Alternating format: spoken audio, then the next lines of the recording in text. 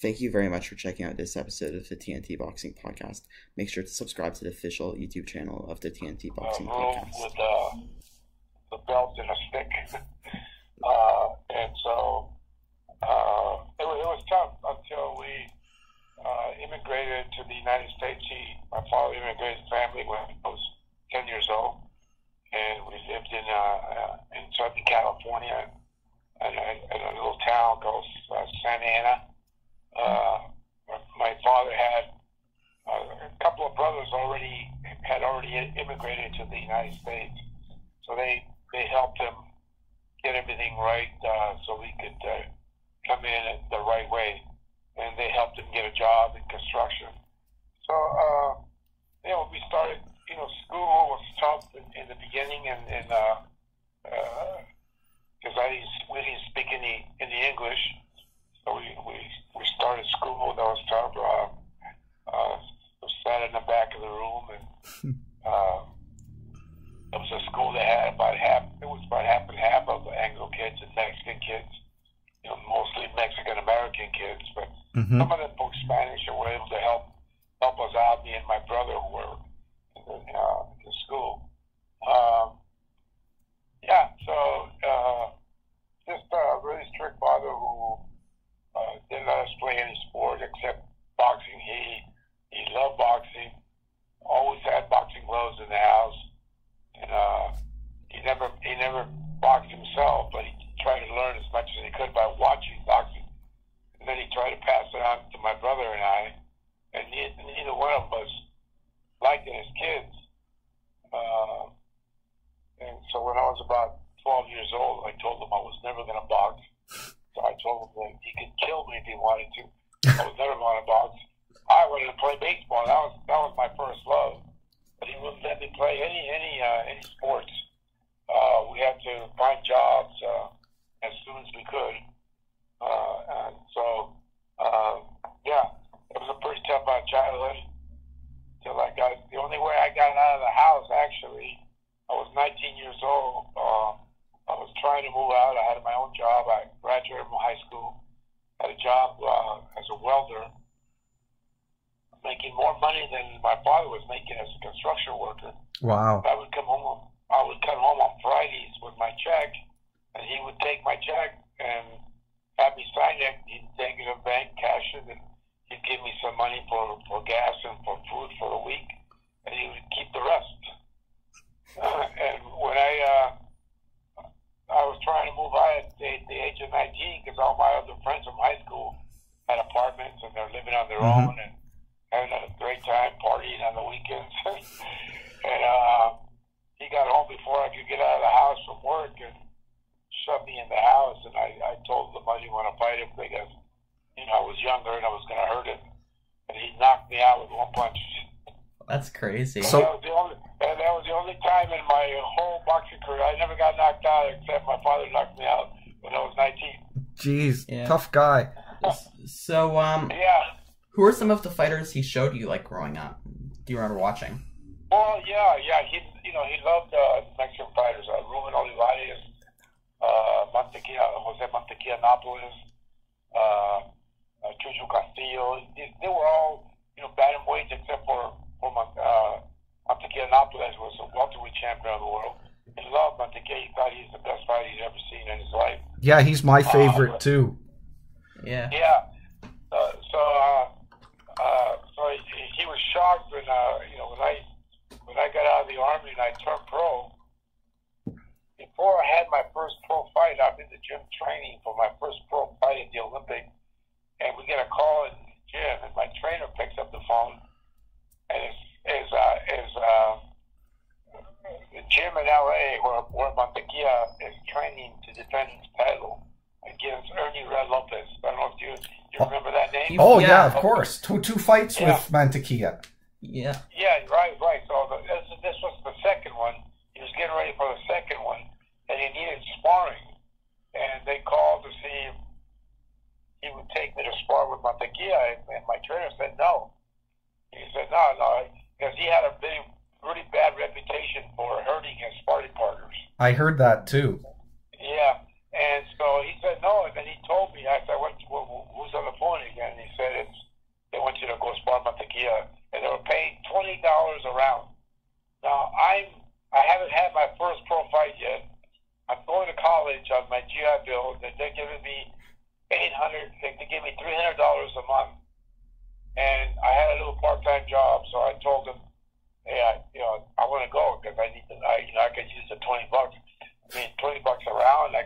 could go maybe 4 or 5 rounds. Right. It's $100 a day.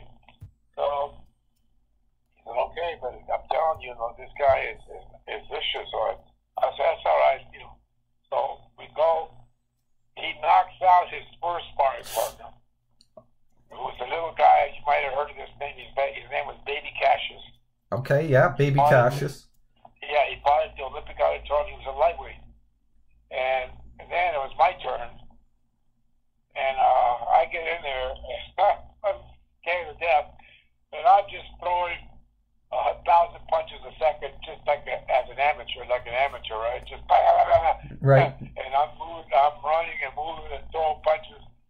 And he puts me on the ropes and comes at me, and somehow, some way, I saw it coming, and I went underneath a left hook, spun out, and he kind of went through the ropes. And the gym was packed of fans, and everybody went, ooh. And then he came off the ropes, and man, I could see fire in his eyes. And he hit me with a little uppercut right underneath my eye and my left side on the cheekbone, and split my eye right away. And my trainer, his name was Noe Cruz, he jumped in the ring, grabbed me, pulled me out. So I did a round and a half. Did they pay you for the half round? They paid me for a round and a half. Yeah, they did. And then I went in to meet him afterwards. And so they took me over, and the guy said, hey, Mantequilla, this is Carlos Palomino. He's going to turn pro. And he goes, oh, yeah, my wife gives you better sparring. Oh. It would have been a great. It would have been. That's what he said. I was like, oh, I got it. I was so embarrassed. Oh man. And then I went to London, and I beat the guy who beat him for the title, Stracey. Then I was invited to Mexico City by the president of Mexico, and when I was there, they took me to.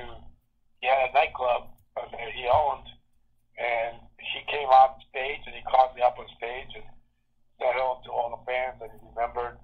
He remembered. He thanked me for bringing the title back. And then I told him the story. He didn't remember the story of him beating me up when I was an amateur. And I told him what he said to me after the round and a half, and he just laughed, and the crowd laughed. It was fun. Maybe the wife was really tough, and it was meant to be a compliment. Yeah. It might happen. It might happen. Yeah, so I read somewhere when you were training at a local boxing gym to get in shape for Army boot camp because you were drafted to the Army, you ran into Armando Muniz, who at the time was an ex-Army boxing champion, who told you that boxers receive special treatment in the service. Is this true, and what exactly did Armando tell you? No, yeah.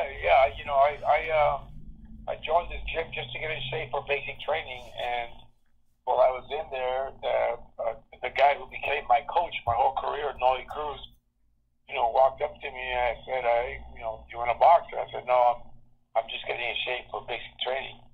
And he told me, well, you can box in the Army.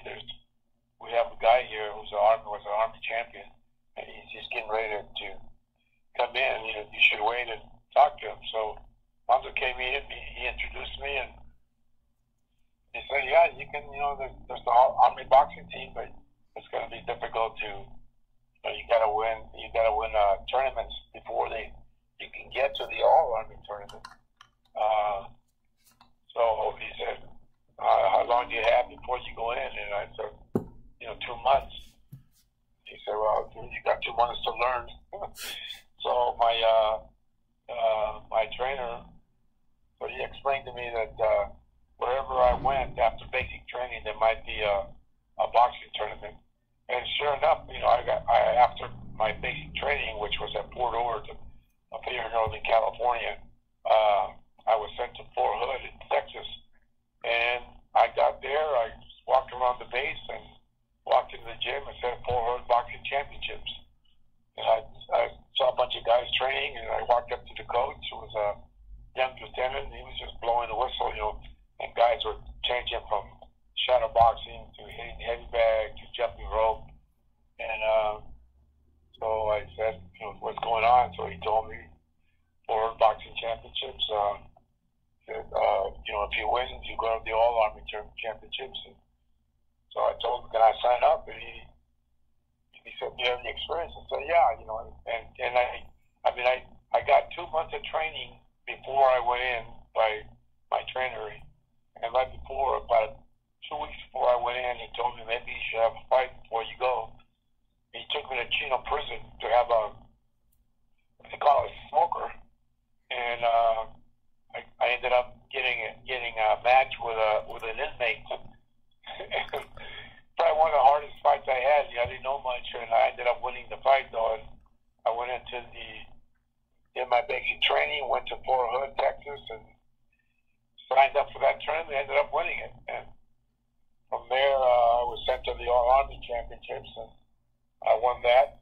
And, you know, stayed with the Army boxing team for 2 years. And got a great amateur career. I had 35 amateur fights all in the Army. I was able, you know, I got a chance to travel the world. Fought in London.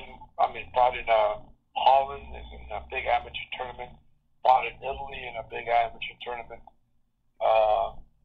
You know, came back and started my pro career. And Armando Muniz was the one who told me that there was a shot at me getting on a boxing team in the Army. And then I ended up, you know, fighting him for the world title years later. Twice, you know, and you guys had great fights. And speaking of your amateur career, like you said, you had a great amateur career. You were like an all-U.S. Army champion in 1971 and 1972.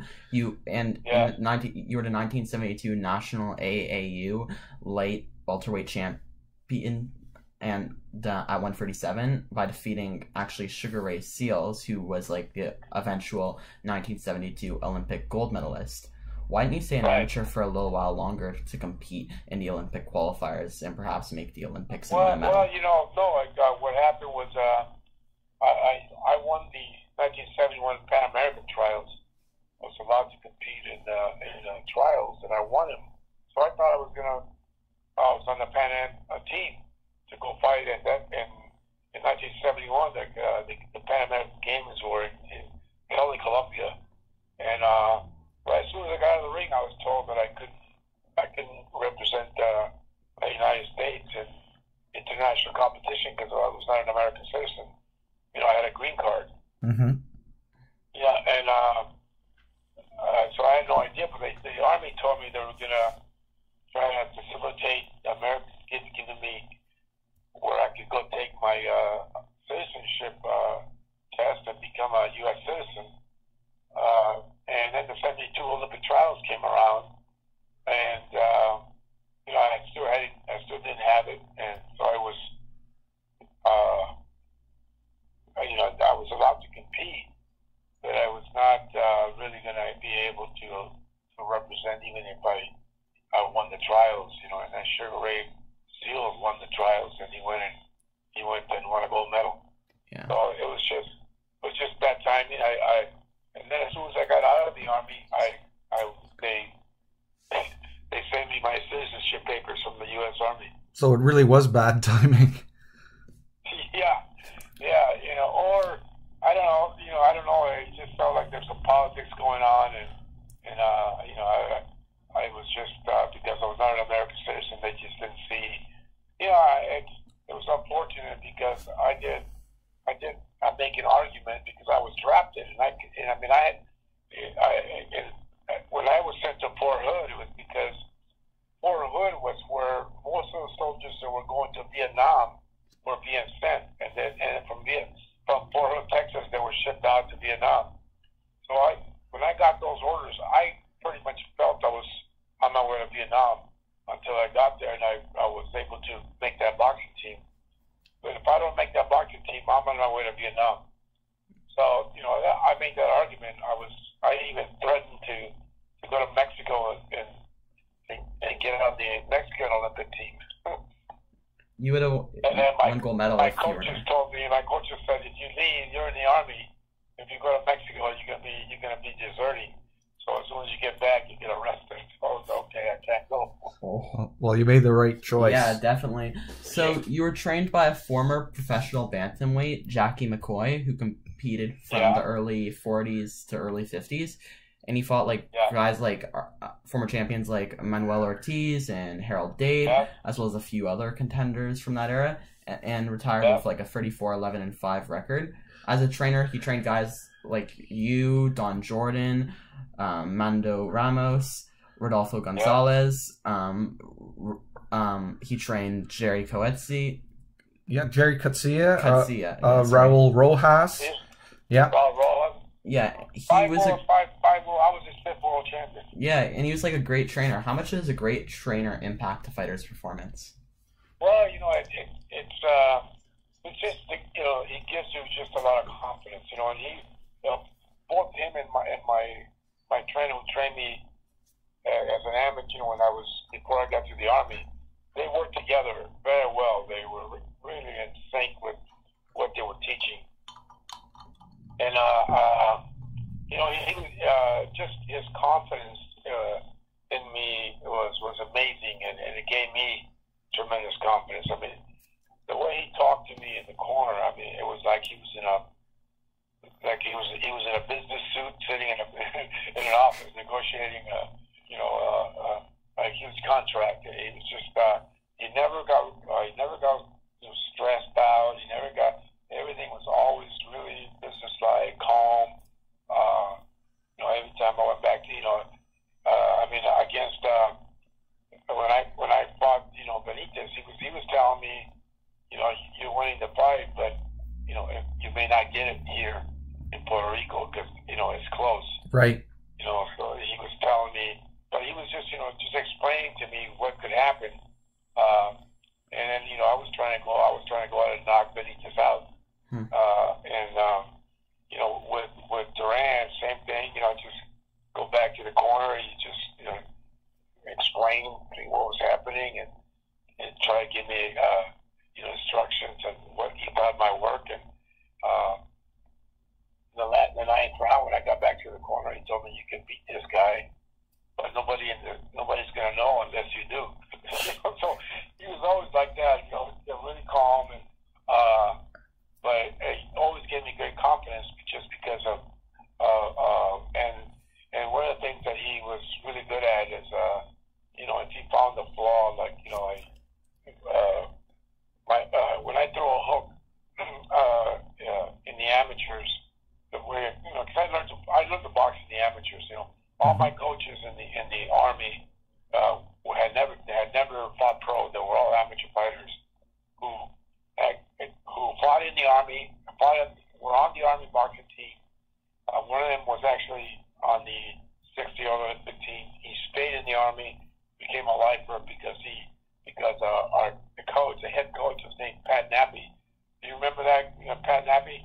I recognize the name. Pat Nappy was a 1976 Olympic coach who won, who had Ray Leonard and the Spink brothers. Yeah, the greatest. They won like 5-6 gold medals. Yeah, it's amazing. In Canada, in Montreal, Canada. He was the head coach in the Army. So a couple of the coaches stayed because he told them he would have them help them be assistant coaches on the team. So they stayed to be assistant coaches. And I had amateur coaches in the Army, good amateur coaches. And then when I turned pro, I had to change my style to be more of a professional style. And that's where Jackie and Noe Cruz came in. But it took a little while. My first 10 fights, I didn't have one knockout. I was winning every fight on decision. And then, as I started to settle down and work, and it was just repetition on how to throw a left hook, how to throw a right hand, how to throw a left hook to the body. It was just constant repetition for hours. And so I got to where I was started hurting my opponents. Okay. All right. Okay, so during the John H. Stracey fight for the World Championship in 1976, you looked unstoppable. Whenever he landed a good punch or combination, you came back seconds later, landing a better one, especially body punches. What was going through your mind during that fight? Well, I think that we prepared the right way for the fight,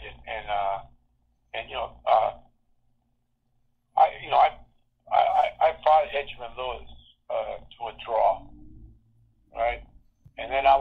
we had signed to fight a rematch, and then they offered, and then John Stracey offered, they offered Edgerrin Lewis a title fight, and that's how I ended up getting my title fight. Was that we had a contract with Edgerrin Lewis for the rematch, and the promoter in London called the Olympic Auditorium, my promoter, who was Eileen, and they asked if she could let Edgerrin Lewis out of his contract so he could fight John Stracey. And she said, well, okay, what do you got to offer for me to let him off the contract? And they said, well, what do you mean? She said, well, I mean, I'll let him out, but you have to, I need something in return. Mm-hmm. And they said, what? And she said, I have to guarantee the winner of the Stracey Edgerrin Lewis fight, the winner has to fight Carlos Palomino on the first title fight. And they said, well, he said, well, he's not even rated. And I wasn't rated at the time yet. Mm-hmm. And she said, don't worry about that, I'll get him rated. So, and they said, and she said, and you gotta, I'll let him out of the I'll let Edgerrin out of the contract, guarantee a title fight to Carlos, and pay him $2,000. So they agreed to it. They gave me $2,000 for not fighting, and guaranteed me a title fight. And then Edgerrin went to London and just got beat up. He got knocked out, I think, 8th or 9th round.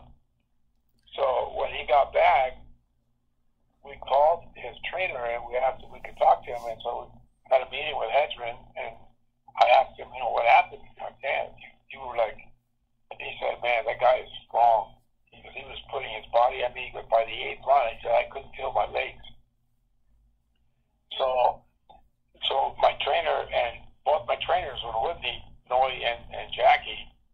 And so then we went back to the gym and checking, Noe Cruz was a guy that was about 6'1", about 190.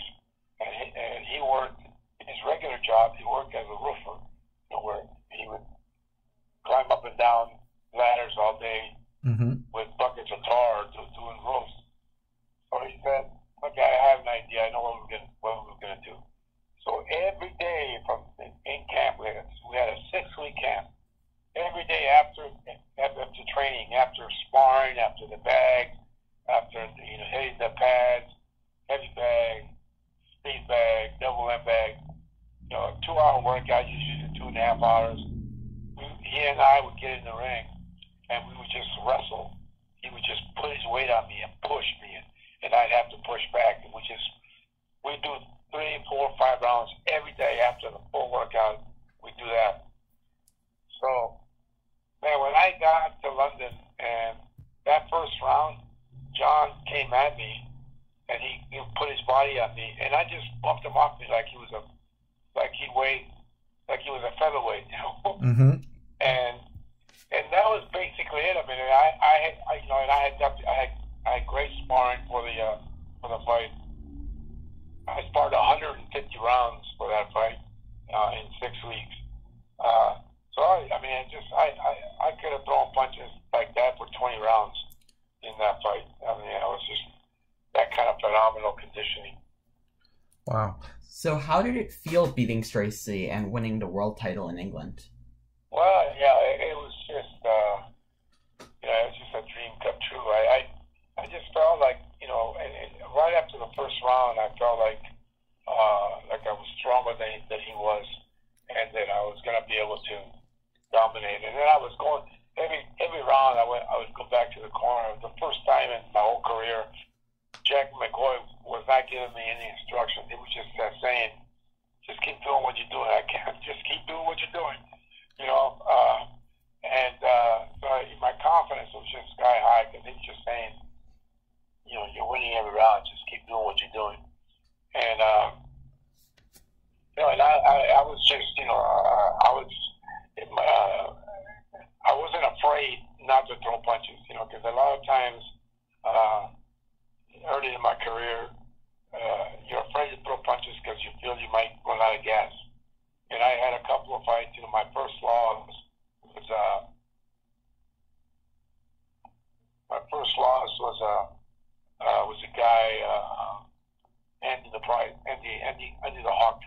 He was a good fighter. You fought Larry Leonard, right? I fought him. I was 11-0. He was, I think he was 14-1, something 15-1, something like that. And we fought a war, 10-round war. But I mean, in the 9th and 10th round, I was completely exhausted. I could hardly stand up as I was trying to throw punches. And in the 10th round, you know, he hit me with a shot kind of on the side of the head, and my knees buckled, and my left glove touched the mat.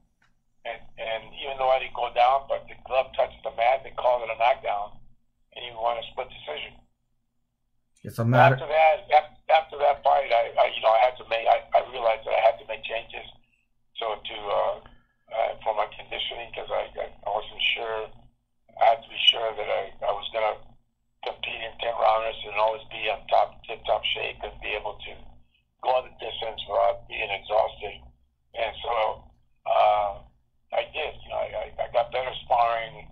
I was going to college, so I went to the track coach at the university, and they knew who I was because the college had done a couple of articles on me. And so the track coach knew who I was right away. Oh, he goes, yeah, you're the boxer that's going to college here. I said, yeah. And so they said, what can I help you? I said, I need help with my running. I said, I just had a 10-round fight. I was exhausted after 9 rounds. I said, and I think I'm not running right. So he said, oh, yeah, just show up tomorrow at 6 a.m. and here, and you'll run with the team. So I showed up the way I was running. That's the way I ran in the Army. Combat boots, you know, the big old huge fatigue jacket because you wanted to sweat. Mm-hmm. And he told me, he looked at me and he goes, wow, that's how you run? I said, yeah. He goes, well, you're not doing much for your lung conditioning if you're running those heavy boots, so maybe it helps your legs. You know, but, you know, you got to open up your lung.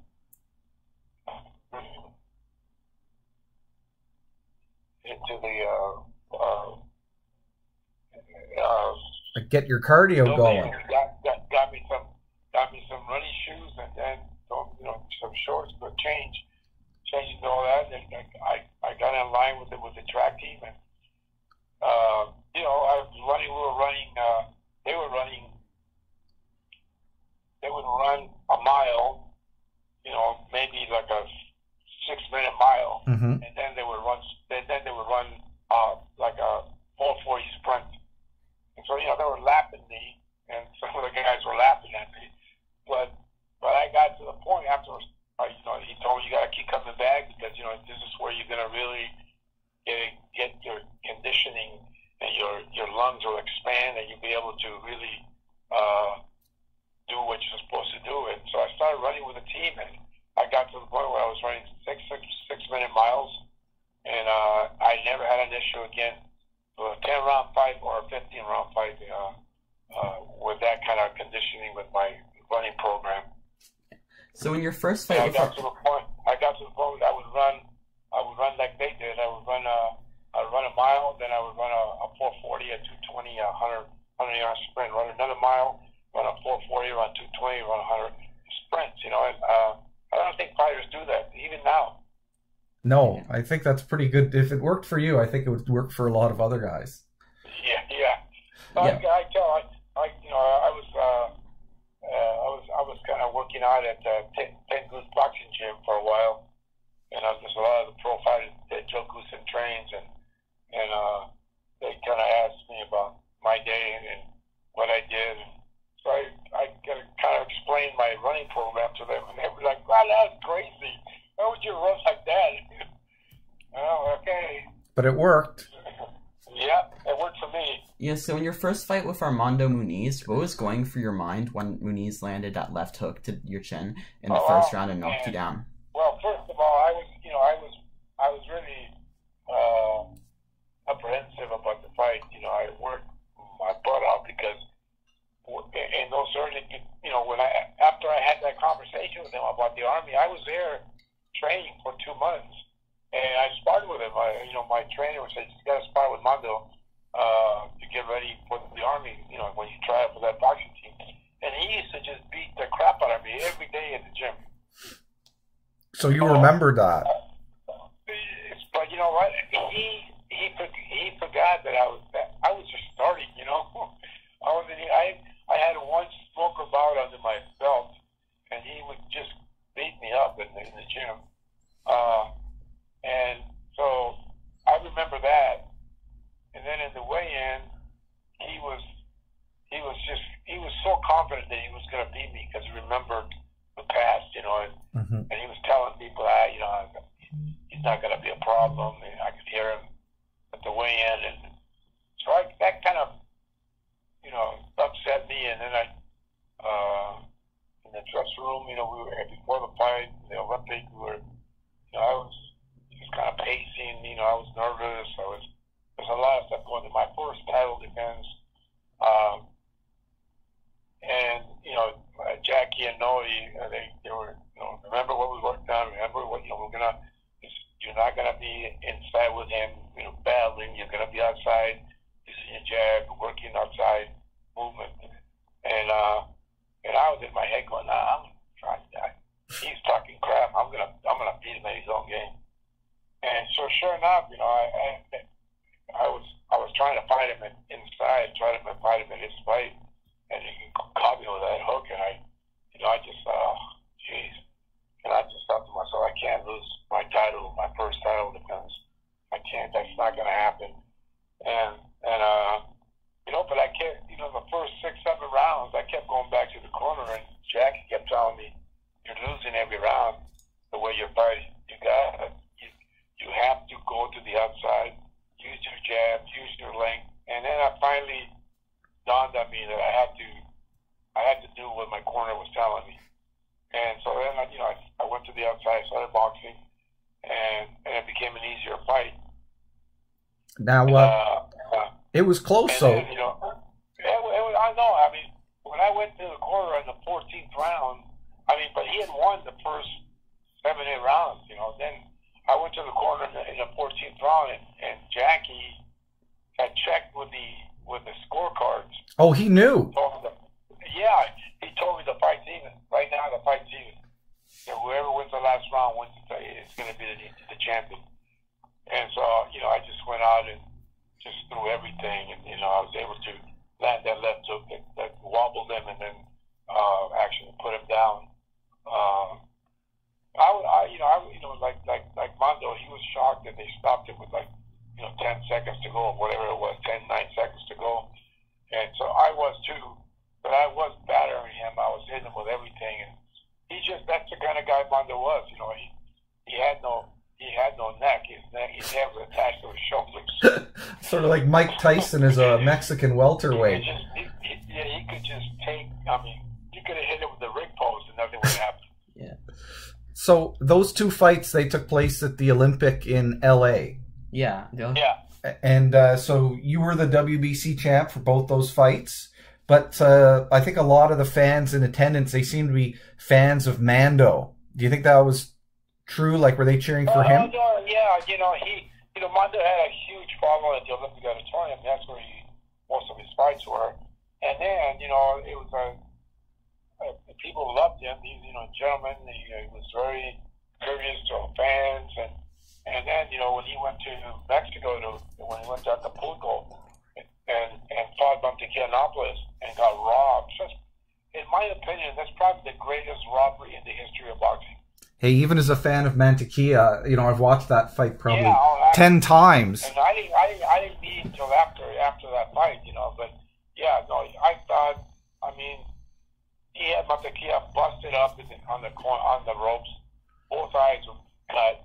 He's bleeding from both eyes. He's wobbly, and the referee stops the fight, and then they take almost 15 minutes before they announce the decision. And then they disqualify Mando for supposedly bleeding in the second round.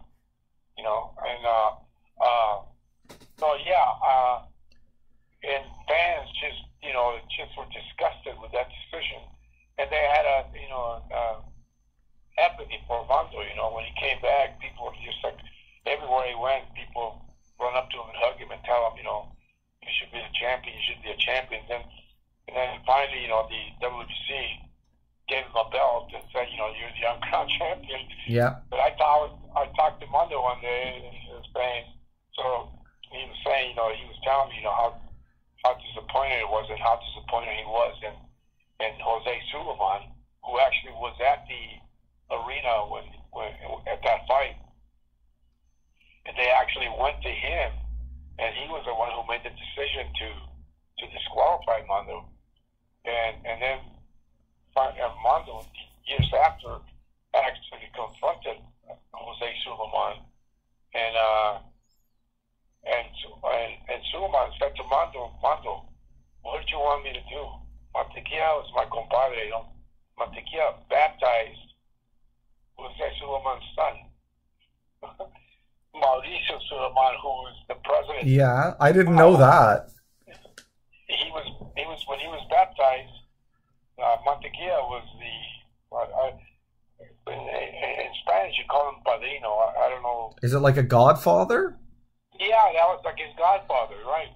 Okay. And so his father, he told Mondo, what did you want me to do? He's my compadre, he's my son's godfather, So Mondo was like, crap. And then, I said to him, but was it okay? You feel satisfied because they gave you a belt and they called you the uncrowned champion? He goes, no.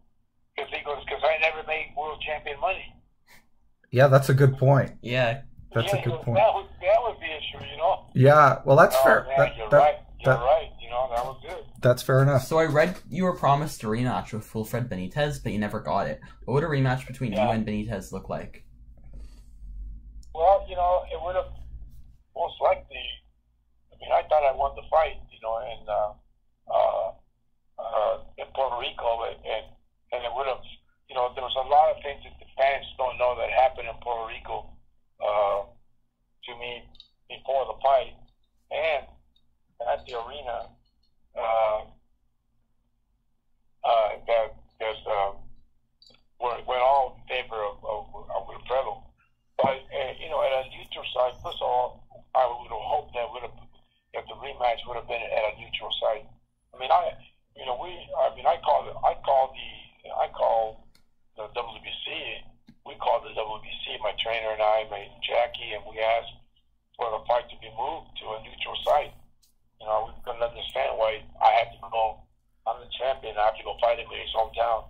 He'd fought at Madison Square Garden a bunch of times. There's a big Puerto Rican following. We even offered Madison Square Garden because we said, we told Sulaiman, we say that's like his second hometown. All the Puerto Ricans live in New York. And they said no. The largest bid came in from Puerto Rico, so that's where the fight has to be. So I don't know if I would have had to go back to Puerto Rico, but I would have probably. I would have fought the same kind of fight, just maybe applied more pressure and tried maybe to more combinations and I was looking for a knockout, and maybe that was the main issue. If I had just fought my fight, because most of my fights are, I was never looking for knockouts. When I got them, I was just throwing combinations, and usually if I caught you the right way, I was going to hurt you. So I think that was the main issue with me at that fight, is that I felt like I had to knock him out to win the fight. Because I had seen so many Mexican fighters get robbed in Puerto Rico that that was in my mind too. And then I wasn't treated very fairly by the Puerto Rican fans, so that was also that was another factor. Yeah, in the back of my head. Yeah. Okay. So what was it like to fight Roberto Duran at Madison Square Garden in 1979? Oh, that was really an exciting night and an exciting fight for me. When I didn't get the rematch with Benitez, I was already thinking about retiring. Actually, I was going to retire that year anyway in '79, because I promised my mother I would retire at the age of 30, and I was going to be 30 in August of '79. So, we were waiting for a rematch, and then we were told by Bob Arum that Benitez's father, who was his manager, said they were not going to fight me again. So then the offer came in to fight Duran, And I thought, my goal was just to retire with the belt. I wanted to make as many title defenses as I could and retire as a champion. That was my goal. And so when the offer came in to fight Duran, I thought, beating Duran would be almost like retiring as a champion. So, I didn't hesitate. I told my trainer, just take the fight. I want the fight. I know I can beat him. He had just moved up to welterweight. I had seen him fight a couple of fights at welterweight, and he didn't look good. Mm-hmm. And so I thought, he looks heavy. He doesn't look like he did when he was a lightweight. When he was a lightweight, he always came in. He always had a six-pack. He was always trim. Mm-hmm. And coming in at welterweight, he looked a little soft. And so I just thought, okay, let's take the fight. And then, at Madison Square Garden, I never fought there. And it was, it's a huge boxing venue that, everybody knows. Mm-hmm. So I was excited to go and face that challenge. And I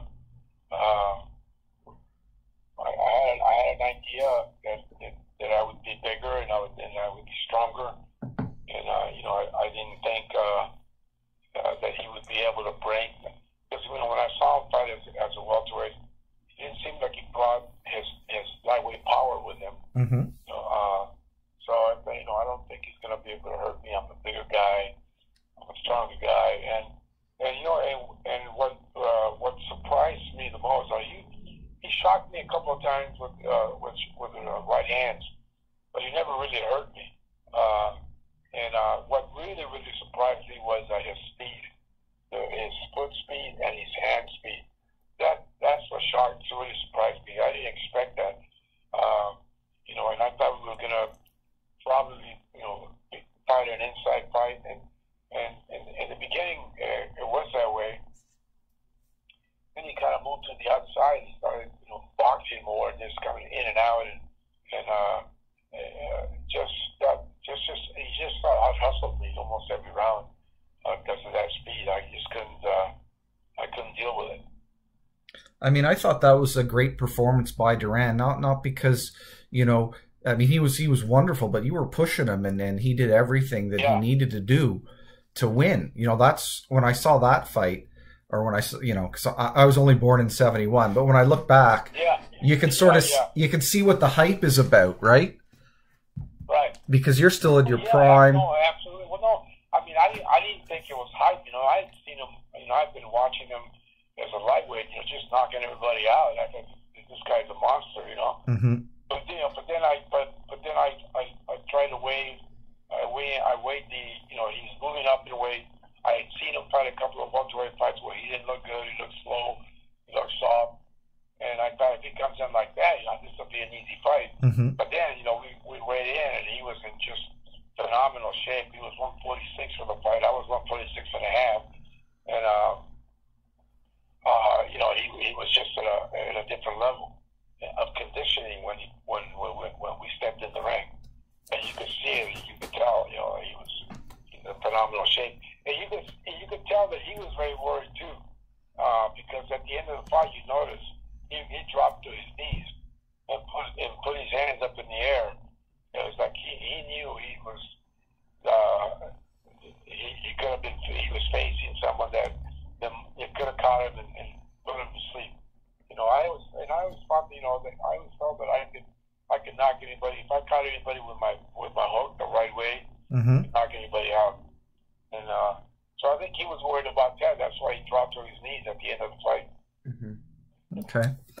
So you retired at 29 years old following your losses to Roberto Duran and 5 months earlier Wilfred Benitez. Both of these fighters are legends and boxing Hall of Famers like yourself, and you were just 29. Do you think you retired too early?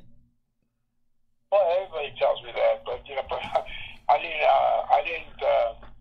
I've never looked back, and that I did make a little comeback. It wasn't. It was just. But after I retired, I was just ready to go. I mean, I was ready. And then I also looked. I was also very realistic about where I was at in my career. I looked at boxing at that time, and you had, you know, Ray Leonard coming up, you had Tommy Hearns coming up, a lot of young guys, and I just thought this was a good time to get out. And you know, cause I know that, you know, my father told me all the time about great Mexican champions who stayed in the game too long and ended up, you know, getting hurt, you know, getting punched drunk, you know, walking around. You know, there's legends in Mexico, people, boxing legends that stories have been done. You know, walking around the streets, you know, homeless and, you know, begging for money just because they stayed in the game too long and you just were punch drunk and couldn't talk. And so I just, you know, I had an education. I got my bachelor's degree right after I won the title. I finished my last semester at Long Beach State, my college, and got my degree. And so I had other options. And then I got a chance to do a show Taxi as an actor when I was in 1978 when I was still champion. And I kind of fell in love with the work. I was like, I want to do this. And I you know, talked to the actors on the set. Now, so you were on a ton of shows. So The White Shadow, I remember. You were on Knight Rider, I think. Hill Street Blues, NYPD Blues, Star Trek, one of them, Miller Lite commercials. So how did you get Taxi, and how did you get into acting generally? Yeah, well, you know, when I was in college, I took a drama class just as an elective, you know, just because I thought it'd be an easy 3 units to get for my graduation record, you know. I did a couple of those. I liked it, you know. What was that? I said I did a couple of those, like trying to get something. Yeah. So anyway, I really liked you know, I liked the performing part of did a couple of plays that I was in, and I liked it, but I wasn't thinking at that time. This is 1977, I think. I wasn't thinking at that time that I would pursue an acting career. Then in 1978, I got a call, and I was asked to come and do a show Taxi. And I told them, you know, I'm not an actor. I mean, I took the class, but I'm not an actor. And they said, don't worry about it. You're going to play yourself. You're going to play a champion. So I went to the set and met with the director and the crew, and I met the actors, and Tony was like, come on, you got to do this, man. We're going to do this. It's going to be a great show. And then they gave me a script, and I thought, well, I can do it. So I did the show, had a great time, and then right away I knew I wanted to pursue it. And so I talked to Tony, I talked to Danny DeVito, and I asked him, you know, how do I do this? And they gave me advice. They told me, you know, get an agent. You know, when you're through boxing, because don't try to do it while you're boxing, because if you get distracted, you know. So right. So, but when you're done, if you want to do it, get an agent, and it's going to be easy for you to get an agent. Your name, and people know you, and then they said, you know, get into an acting class somewhere. You know, you maybe go back to college and take a class, or you know, there's a lot of acting classes in Hollywood. Yeah, that's not a bad place to be. Yeah, so you know, I did the show and loved it, and then I retired in the next year, '79, and went full ahead, and you know, got an agent, and then I actually got approached by an actor by the name of Carlos Allen, who was doing a play at a Mexican theater in Hollywood called Nosotros Theater. It was started by Ricardo Montalban. It was a small theater, started about 150 people, and he told me, listen, I'm doing a play. I got this play. I got a great part for you if you want to do it. And I was like, oh, sure, man, you know. And so we went to rehearsals, and he was a student at the Strasbourg Institute of Acting. That's a very famous one, right? He was an actor. He was a student there at Strasbourg. So he would take me to Strasbourg and sit me and put me through all these exercises that he had to do as a student there, and he's also a director. And so, you know, I was getting this great training right off the bat. You know, we were there for like 6 months, and then we did the play, you know, and I got great reviews, and it was a lead in the play. And then right after that, you know, I started getting auditions and getting other plays. I've done a bunch of movies, and you know, I'm still working. I'm still doing. I did a show last year called Simplified. It's on Netflix. They did 10 episodes. I'm in episode 5. I was hoping they would pick it up because there would be some more episodes for me to work on, but it was canceled after the first season. But so I'm still working. I'm working on my own project. I got my life story. It's going to be made into a feature film. We have a script. We're working on in pre-production. So I've got a lot of stuff on the plate. You're a busy guy. Now, why did you make a comeback to boxing at 47 years old? That's a great story, man. Good question too. I love telling that because it deals with my father. My father passed away in 1995, and I just had a really difficult time with him as a child. He put the strap to me quite a bit, and he did it to me more than he did to my older brother. And I always felt like he didn't like me, like he hated me. And he never once in his life said, "I love you." Well, to any of his kids, And then he loved boxing. He wanted one of his kids to be a fighter. I became a fighter because of him. I won a world title, and he never said, "I'm proud of you." Everybody else that I knew, his friends, my uncles, my aunts, they all said, "Your dad is so proud of you." But he never said it to me himself. And when he got cancer, and they told him that the hospital they couldn't do anything for him, so he told me and my older brother, he said, "Take me home. I don't want to die here." So we took him home, and we took care of him for about 6 months. And while we were taking care of him, I told my other brother, "You know what, man? I've got to talk to him. I've got to sit with him, and I'm going to figure out. I want him to explain to me his method of bringing us up, Yeah. And so I did. I sat with him and I talked to him and I told him, you did this and this and this when I was a kid. I didn't understand. You never said you loved us. I said, "You never told me you're proud of me winning a world title."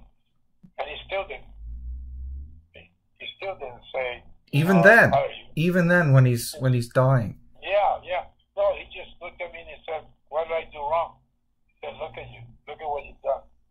See, all that because of me." So I was like, "Wow, he's right." Yeah. So I just like kissed him on the forehead and I said, "I love you." And then he goes, "Oh, I can't get." He was really uncomfortable with him for the fact I said I love you to him.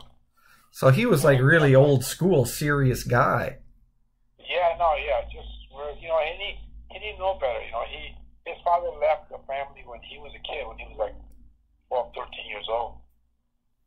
My grandfather I never met, so he kind of had to raise himself. Yeah. And he had brothers. As soon as they were old enough, they took off and immigrated to the United States. So they left him by himself to take care of my grandma, and so he was, and he didn't know how to raise kids.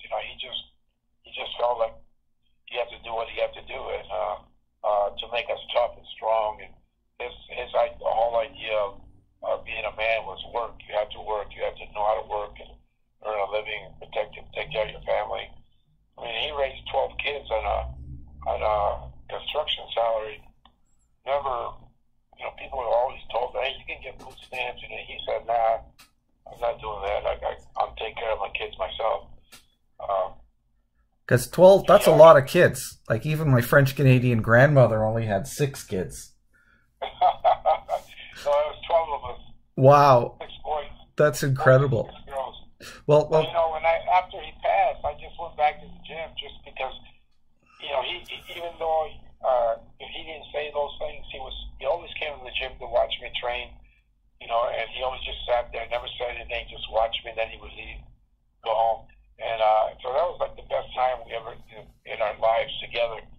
And so I went back to the gym just to kind of, my heart was broken, and then my trainer, Jackie and Noah Cruz were still there, working with fighters, and I was just there. And the first day I went there, Hector Macho Camacho was sparring. Something in my head just kept saying, "You should get in the ring." So I went over. I asked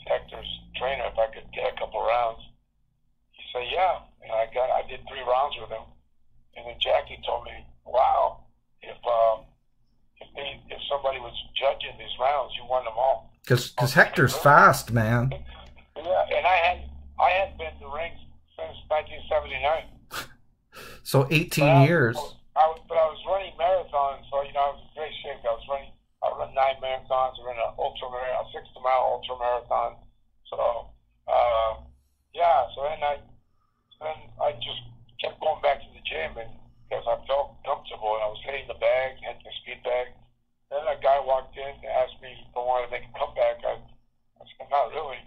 And so he was, Jerry Garcia was making a comeback, and he was promoting Jerry. Mm-hmm. So he told me, come on, man, this guy's got money, man. He'll give you a good contract for some fights. So then the guy came in with a contract. He gave it to me. He told me, take that home and read it and let me know what you think. So I took it home. I read it. It's like he was offering me $1 million for 4 fights. Now, I didn't make $1 million my whole career, even with 8 title defenses. That's hard to say no to. That's like the offer you can't refuse. Yeah. Exactly. So I went to his office and I told him, okay, but I said, I'm not gonna fight like a top 10 guy right away. I need to, get warmed up. Because no problem, just do it. So I signed the contract, and I won 3 fights, 3 in a row, with 3 straight knockouts. I was fighting guys in like the top 20. Yeah. And then but he paid me like $50,000 for the first 3 fights. And for the 4th one, he owed me $900 some thousand. So yeah, that's Wilfredo Rivera. Yeah. So then I said no. So what are we gonna do? Well, I said okay, I'll fight a contender now. Let's pick a number 10 guy, but you owe me $950,000, something like that. And then I didn't hear from him. I went to the office. His offices were closed. It was shut down. I couldn't find him. I got my lawyer to try to find him and file a lawsuit against him, but never found him. So then Bob Arum offered me the fight against Roberto Rivera, who was a #1 contender. Yeah, he was an excellent fighter. To Oscar De La Hoya on a world title fight. He didn't get knocked out, but he got stopped in a cut. Mm-hmm. I saw the fight, and I told Jackie, I think I can beat this guy. I saw his fight with Oscar. I think I can beat him. So we took the fight, sold out the Olympic auditorium, and I lost the decision, and that was it. I mean, I knew before the fight was over that that was going to be my last fight. Well, that's incredible. Well, Carlos, we went on for quite a while, and I didn't want to take up all your time. I could go for another hour, but I'm sure you got stuff to do. Thank you for joining us. But one last thing, is there anything you'd like to promote? Yeah, anything we can put links on the site or. Well, I mentioned that my life story is going to be made into a film, and I want fans to wait for that and just go see it when it comes out.